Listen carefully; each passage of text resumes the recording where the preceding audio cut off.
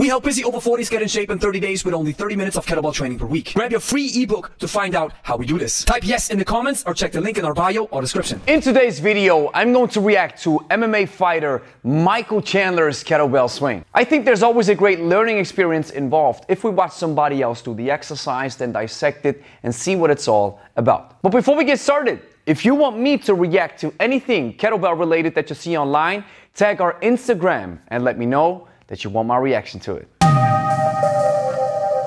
Grüezi miteinander, Gregory von Lebe here. Without further ado, let's check out Michael Chandler's kettlebell swing.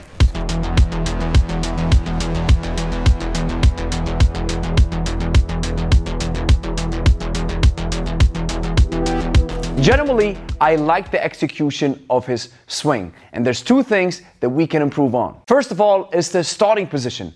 You always want to start strong in order to finish strong. And second is building up the tension required when you move heavier weights. Yes, you can use relaxation and tension techniques at the same time when you work with the kettlebell. You just have to know when to apply what. So let's check out the starting position.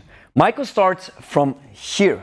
Now this might be a dead stop position that you use intentionally if you know what you're doing, but most people don't want to start like this. For most people, it makes sense to put the kettlebell half a meter in front of you, take a step back, and then you have enough distance to not waste your first rep and start with momentum.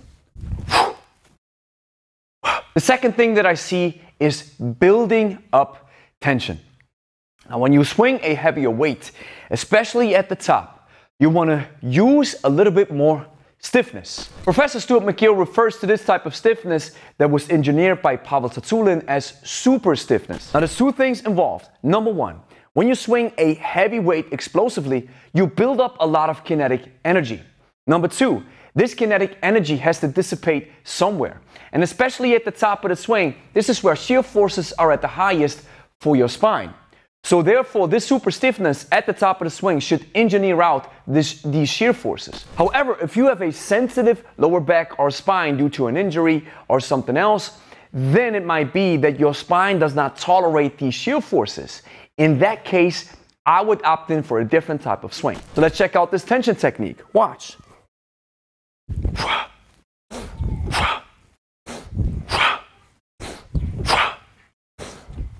So focus that super stiffness around your core area, your center, and your posterior chain.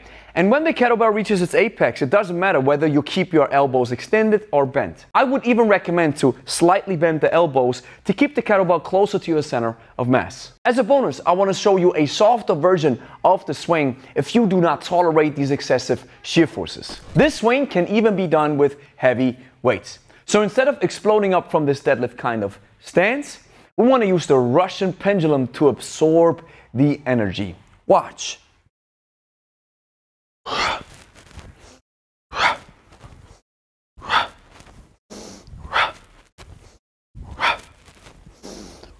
Here's the next thing that you have to do. Clean and press that like and subscribe button. Share with a friend who's also interested in kettlebells. And if you made it this far, consider checking out our free kettlebell code ebook. If you're over 40 and you have a busy business as well as family life, and you're looking for a tool that can give you the most bang for your buck with only 30 minutes of time investment per week, I think the kettlebell is the best tool. And if you want to get started with all the proper information, you have to check out our ebook in the first link in the description.